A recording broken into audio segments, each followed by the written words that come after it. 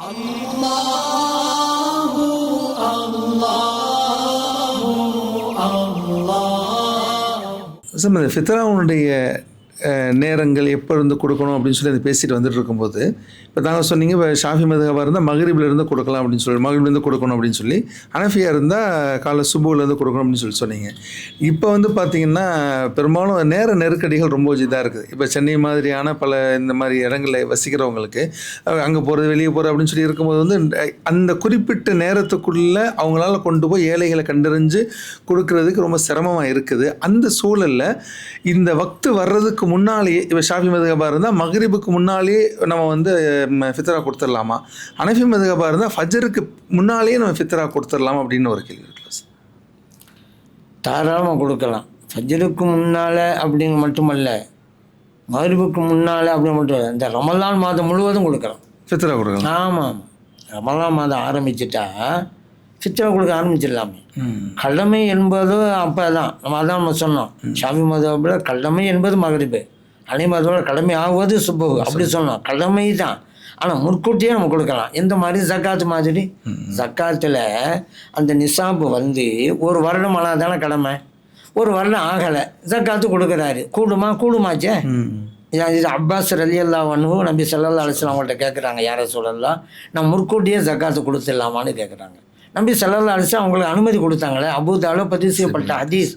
அதனால் இது பொருள் சம்மந்தப்பட்ட வணக்கம், அதெல்லாம் முறையாக கொடுக்கலாம். எனக்கு ஒரு கேள்வி வரும், எங்கள் கடமையானதுக்கு பிறகு தானங்க ஒரு வணக்கத்தை செய்ய முடியும், கடமையாகலை எப்படி செய்கிறது அப்படின்ட்டு. இது உடல் சார்ந்த வணக்கம், பொருள் சார்ந்த வணக்கம்னு ரெண்டு இருக்குது. உடல் சார்ந்த வணக்கமாக இருந்தால் டைம் வரணும். இப்போ உதாரணத்துக்கு லொஹரை சொல்லணும்னு வைங்க, லொஹருடைய நேரம் வந்தால் தான் லொஹர்த்த முடியும். இல்லை நான் வந்து 10 மணிக்கே லொஹரை சொல்லிக்கிறேன், அட்வான்ஸாக சொல்லிக்கிறேன் அப்படின்னா முடியாது. ஏன்னா இது உடல் சார்ந்த வணக்கம். அதே போல் தான் ரமலான் நோன்பு வைப்பது உடல் சார்ந்த வணக்கம்.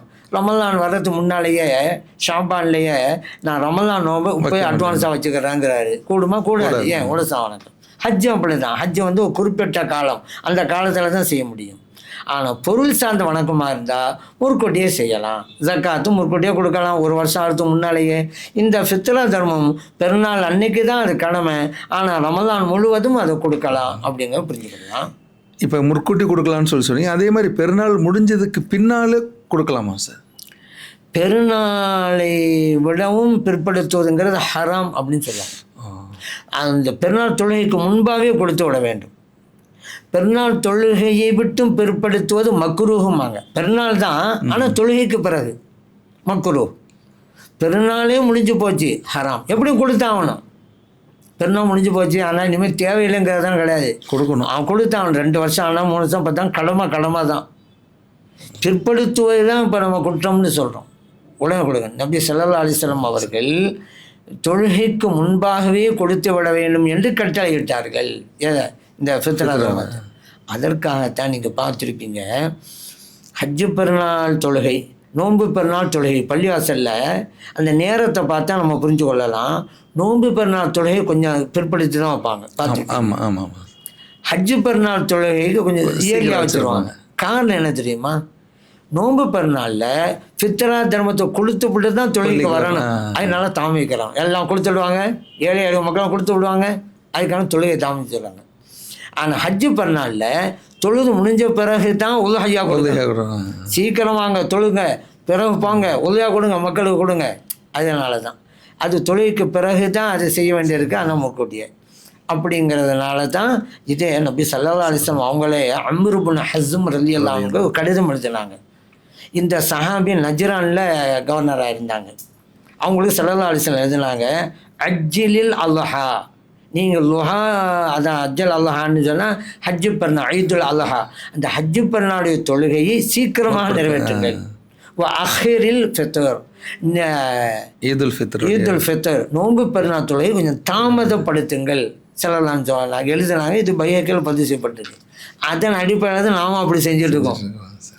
நோன்பு பெருநாள் தான். ஆமாம், அது காரணம் இருக்கிறது அல்லவா, அதான் அடிப்படையில். அப்போ ஸல்லல்லாஹு என்ன சொன்னாங்க, தொழுகைக்கு முன்பாக அப்படின்னு சொல்லிட்டாங்க. அதனால் முன்னாடி கொடுத்துடணும்.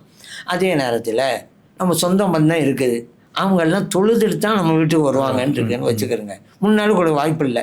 இப்போ அவர்களுக்காக எடுத்து வைக்கலாமா? எடுத்து வைக்கலாம். ஏன் ஒதுக்கிட்டோமே, ஒதுக்காச்சு, இன்னும் வந்தவங்களுக்கு ஒப்படைக்கிறதே தான். அதனால் அவங்க சொந்த பந்தத்துக்காக வேண்டி எடுத்து வைக்கலாம். இல்லை முன்னாலே கொடுக்கணும், அவங்க சொந்தக்காரன் வரலை, அது நாங்கள் என்ன செய்கிறது, அதெல்லாம் அவங்கள்ட்ட கொடுத்துட்டோம், அது தேவையில்லை. உறவுகளை எதிர்பார்த்து வச்சிருந்து கொடுக்கலாம். ஆக அந்த நாளைக்குள்ளே கொடுத்துடணும்.